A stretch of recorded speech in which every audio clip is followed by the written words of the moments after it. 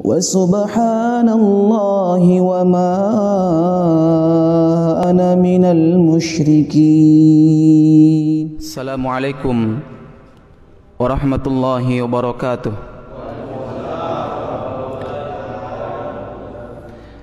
إن الحمد لله نحمده ونستعينه ونستغفره ونعوذ بالله من شرور أنفسنا ومن سيئات أعمالنا. من يهده الله فلا مضل له ومن يضلل فلا هادي له. أشهد أن لا إله إلا الله وحده لا شريك له وأشهد أن محمدا عبده ورسوله. اللهم صل وسلم وزد وبارك وأنعم على رسوله ونبيه وعلى آله وأصحابه أجمعين. Amma ba'd, kaum muslimin yang dimuliakan oleh Allah Subhanahu wa taala. Alhamdulillah, kembali kita dikumpulkan oleh Allah Subhanahu wa taala di tempat yang mulia ini, dan dengan izin Allah Subhanahu wa taala kita akan melanjutkan materi kita. Sudah masuk pada poin wadalilu at-tawakkul qauluhu ta'ala wa 'ala Allahi fatawakkalu in kuntum mu'minin, wa qauluhu wa man yatawakkal 'ala Allahi fahuwa hasbuh. Jadi pembahasan setelah ar-raja' dan sebelum raghbah dan ar-rahbah. Nah, di sini kita akan masuk pada pembahasan tentang tawakal, dan Al-Imam Muhammad bin Abdul Wahhab rahimahullahu taala telah menyebutkan di antara dalil tentang tawakal, yakni perkataan Allah Subhanahu wa taala dalam surah yang pertama ini, surah Al-Maidah, ya, ayat ke-23. Allah mengatakan wa 'ala Allahi fatawakkalu in kuntum mu'minin. Naam, yakni Allah mengatakan, dan hanya kepada Allah hendaklah kalian bertawakal jika kamu benar-benar orang-orang yang beriman. Nah, di sini Allah kaitkan keimanan, ya. Kita sudah jelaskan apa definisi dan apa keutamaan orang-orang bertawakal kepada Allah Subhanahu wa taala. Faidah yang ketiga, kemarin sudah sampai 2 kan? Faidah tawakal, yakni orang yang bertawakal itu tenang hidupnya, ya. Orang yang bertawakal tenang hidupnya. Ini disebutkan dalam sebuah hadis. Naam,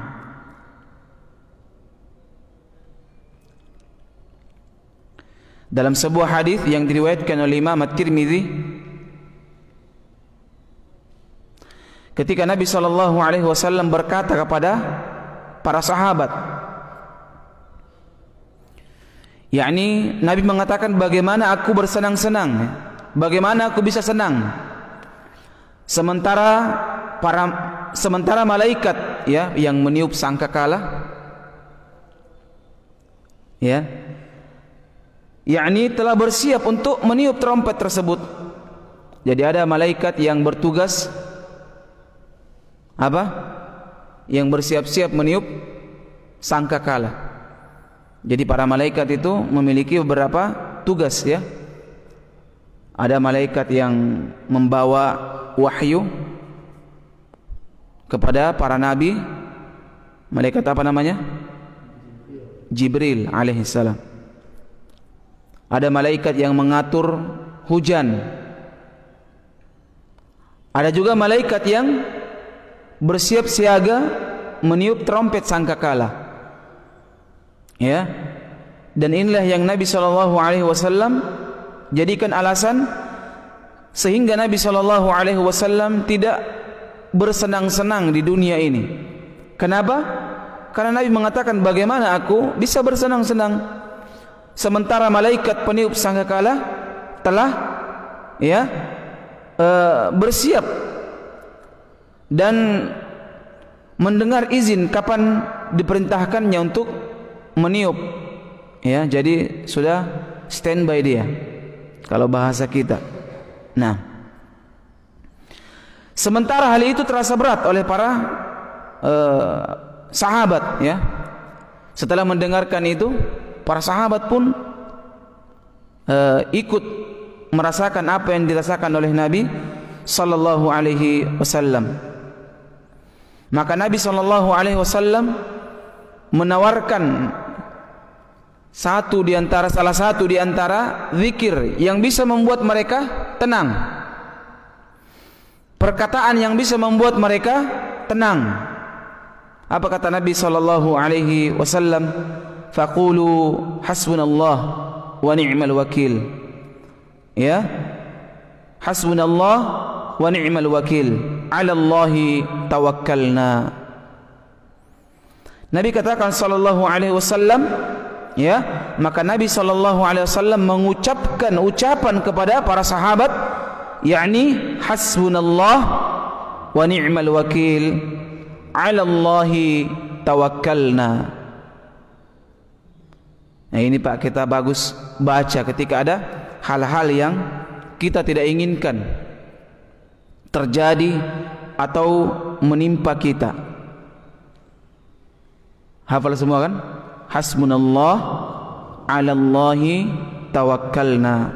Hasbunallah wa ni'mal wakil, 'ala Allahi tawakkalna.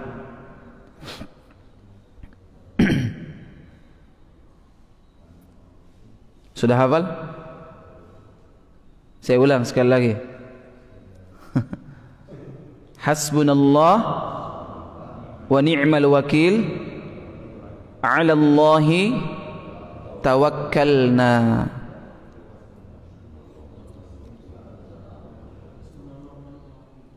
Ini kalau kita ucapkan ini Pak, disertai keimanan, ya, kita faham maknanya, kita resapi, naam, maka akan membuat kita tenang. Sekalipun terjadi mungkin di depan kita, tapi kita tenang. Karena banyak manusia Pak, ketika terjadi sesuatu yang di luar dari apa yang dia persiapkan umpamanya, atau terjadi hal-hal yang membuat dia takut, kebanyakan manusia apa? Panik, ya kan? Tidak tahu apa yang akan dia lakukan, teriak-teriak. Paling banyak yang teriak-teriak, ya. Ya, padahal Nabi SAW ajarkan di antara perkataan yang sangat luar biasa yang membuat para sahabat menjadi tenang, tidak gusar, tidak galau, yakni ucapan hasbunallah wa ni'mal wakil, 'ala Allahi tawakkalna. Nah, dan catatan terakhir jamaah yang dimuliakan oleh Allah Subhanahu wa taala, yakni ingat, tawakal itu tidak menafikan usaha Pak. Tawakal itu tidak menafikan usaha. Ya, jangan sampai salah dalam memahami makna tawakal. Tawakal itu menyerahkan semuanya kepada Allah. Cukup saya berpangku tangan saja. Kenapa tidak bangun pergi kerja Pak? Tawakal kepada Allah. Sebentar mau makan, lapar, ih mak, kenapa tidak masak? Tawakal juga kepada Allah Pak. Ini dalil yang bukan pada tempatnya Pak, bukan pada tempatnya. Nah, jadi seorang yang bertawakal tetap harus mengambil sebab. Dia harus mengambil sebab, tidak boleh meninggalkan usaha. Dalam sebuah riwayat disebutkan dari Anas bin Malik radhiyallahu taala anhu, yakni sahabat yang mulia yang bernama Abu Hamzah, ya, Abu Hamzah. Jadi kalau disebutkan Abu Hamzah itu Anas bin Malik radhiyallahu taala anhu. Ini diriwayatkan oleh Imam At-Tirmidzi. Beliau menceritakan qala rajulun ya Rasulullah a'qiluha. Naam. Jadi seseorang berkata kepada Nabi sallallahu alaihi wasallam, a'qiluha wa atawakkul aw atliquha wa atawakkul. Dia bertanya kepada Nabi sallallahu alaihi wasallam, "Ya Rasul, apakah aku harus mengikat ontaku dan bertawakal kepada Allah, ataukah aku biarkan itu onta, kemudian aku bertawakal kepada Allah Subhanahu wa taala?" Kalau kita mungkin bagaimana ini Ustaz, saya kunci leher motorku baru saya tawakal, atau saya simpan kuncinya di situ kemudian saya bertawakal kepada Allah?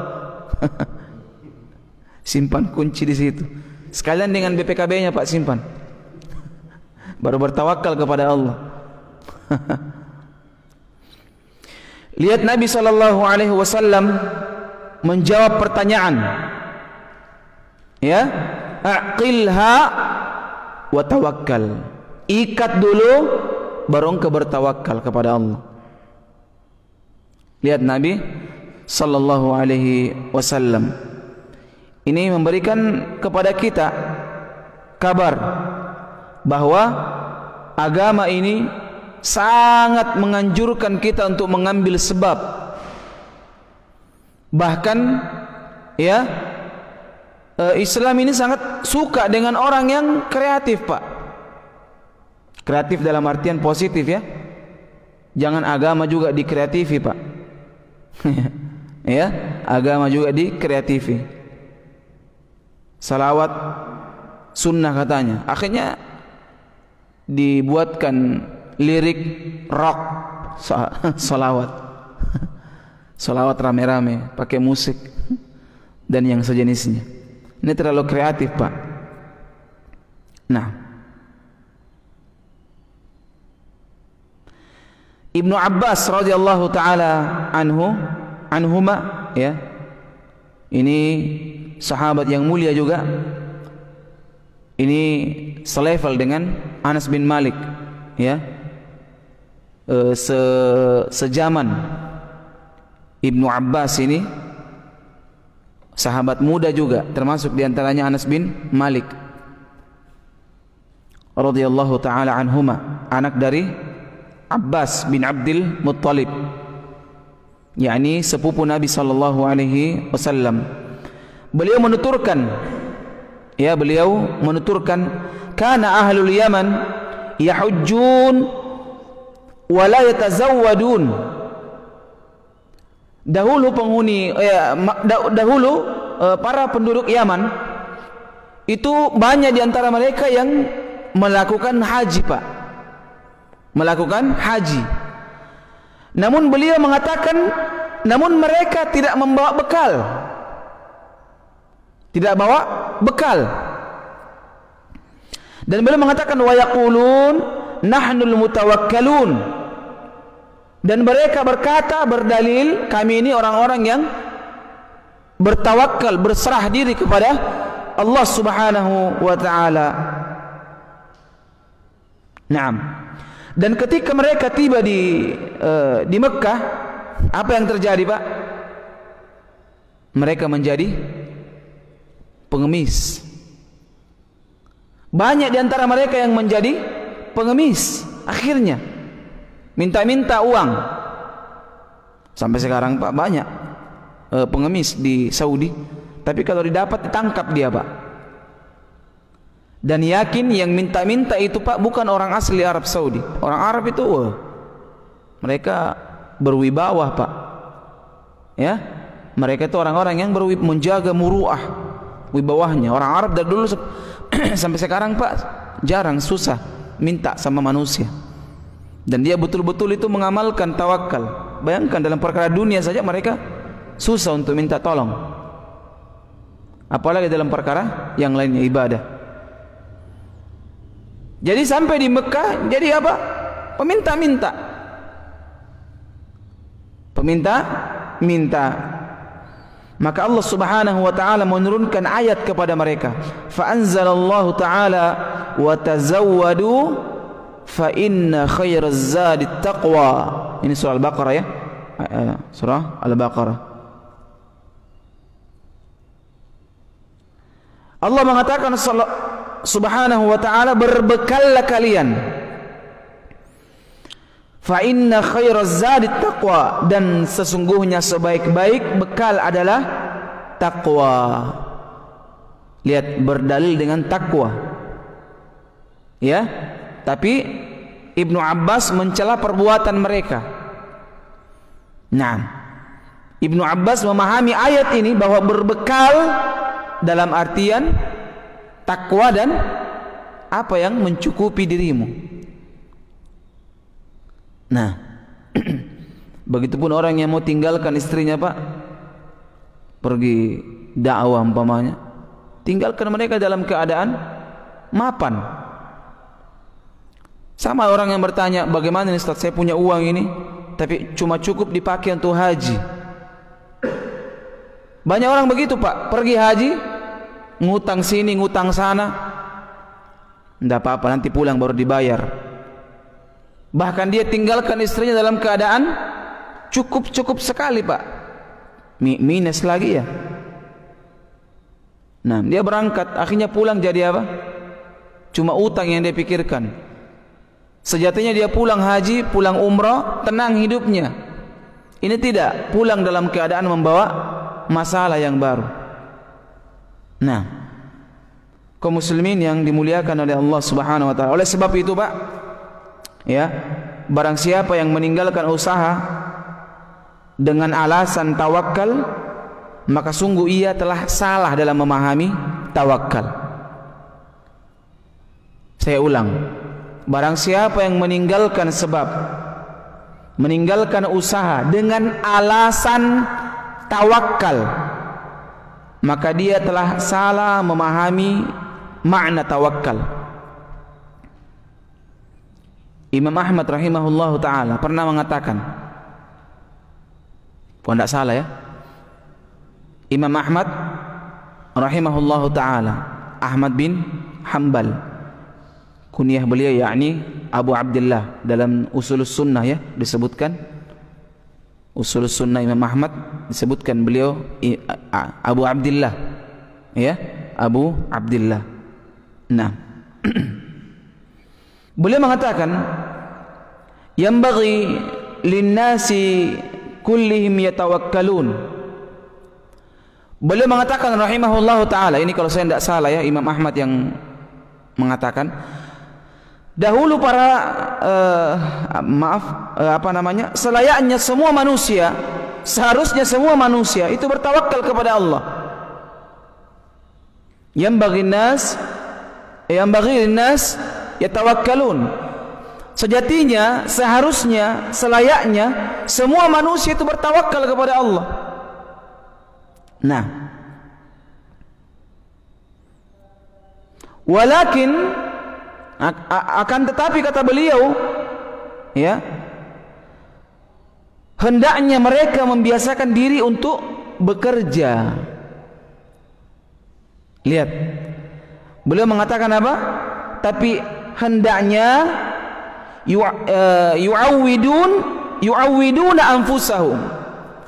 Akan tetapi mereka apa? Seharusnya mereka jangan tinggalkan sebab. Yakni seharusnya mereka bekerja. Tahu enggak apa pekerjaan Imam Ahmad bin Hanbal? Beliau pengajar, tapi punya pekerjaan, Pak. Apa pekerjaannya? Ke hutan cari kayu, Pak. Imam Ahmad itu ke hutan. Beliau itu kalau sudah ngajar subuh, maka beliau masuk ke hutan, bawa pedang. Untuk apa? Potong-potong kayu.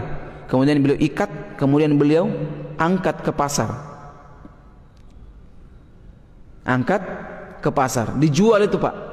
Kemudian dia pulang mengajar kembali. Masya Allah, ya. Dan beliau mengatakan rahimahullahu taala, barang siapa yang mengingkari perkataan ini, maka beliau orang-orang yang dungu, kata beliau. Beliau mencela, ya, mencela orang-orang yang meninggalkan sebab dengan berdalil tawakal kepada Allah Subhanahu wa taala. Al-ikhwah rahimakumullah. Jadi begitu banyak pelajaran Pak kita bisa ambil. Salah satu di antaranya yakni Nabi mengajarkan kepada kita untuk bertawakal seperti tawakalnya apa? Burung Pak. Burung pergi pagi dalam keadaan lapar dan pulang dalam keadaan kenyang. Percaya nih Pak? Ya kan? Burung pergi pagi pulang. Masya Allah. Dan saya tidak pernah lihat burung bertengger di pinggir jalan untuk minta-minta sama burung yang lain. Nggak ada burung begitu Pak. Semua burung itu menjaga wibawahnya, pergi mencari makanan sendiri, ya, pulang dalam keadaan kenyang perutnya, bahkan membawa makanan pulang. Sungguh kasihan manusia yang masih kuat, masih muda, masih mampu untuk berusaha, namun memanfaatkan potensi yang banyak itu cuma untuk menengadahkan tangannya kepada manusia. Ingat Pak, tangan ini ditengadahkan hanya kepada Allah Subhanahu wa taala. Manusia itu meminta hanya kepada Allah Subhanahu wa taala dan tidak meminta kepada manusia. Karena kita dengan manusia yang lainnya sama Pak. Manusia itu Pak kalau dimintaki 1-2 kali senyum, betul tidak? Tapi kalau lebih dari 2-3 kali Pak minta, cokom itu. Tapi Allah Subhanahu wa taala semakin kita minta kepadanya, maka semakin senang Allah Subhanahu wa taala. Kenapa? Karena di situ dilihat bahwa kita butuh kepada Allah Subhanahu wa taala. Dan memang harus begitu Pak. Kita butuh kepada Allah Subhanahu wa taala dan tidak pernah merasa puas, ya, dengan apa yang diberikan oleh Allah Subhanahu wa taala dalam arti bab tawakal, ya.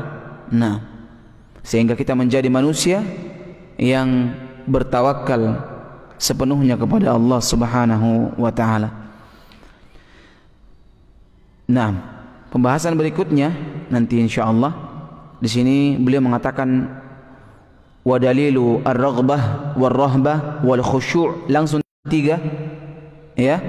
Beliau langsung bahas qauluhu ta'ala innahum kanu yusari'una fil khairat wa yad'una raghaba wa rahaba wa kanu lana khashi'in. Allahu akbar, luar biasa Pak. Imam Muhammad bin Abdul Wahhab rahimahullahu taala merangkum 3, ya, yakni perbuatan hati ini, yakni ar-raghbah, rahbah dan al-khusyu' pada satu ayat, yakni ayat Al-Quran innahum kanu yusari'una fil khairat wa yad'unana raghaba wa rahaba wa kanu lana khashi'in. Lihat, ya. Dan ayat ini Masya Allah nanti kita akan kaitkan dengan sifat-sifat para sahabat, ya, para sahabat, yakni mereka ciri-ciri diantara orang-orang yang memiliki 3 sifat ini, yakni mereka yang apa? Yusari'una fil khairat, ya, yusari'una fil khairat, yakni mereka yang terdepan, yang semangat dalam perkara kebaikan, maka mereka akan mendapatkan apa? Raghaba wa rahaba wa kanu lana khashi'in, ya. Wallahu ta'ala a'lam bis-shawab. Kita cukupkan. Subhanakallahumma wa bihamdik asyhadu an la ilaha illa anta astaghfiruka wa atubu ilaik. Assalamualaikum warahmatullahi wabarakatuh.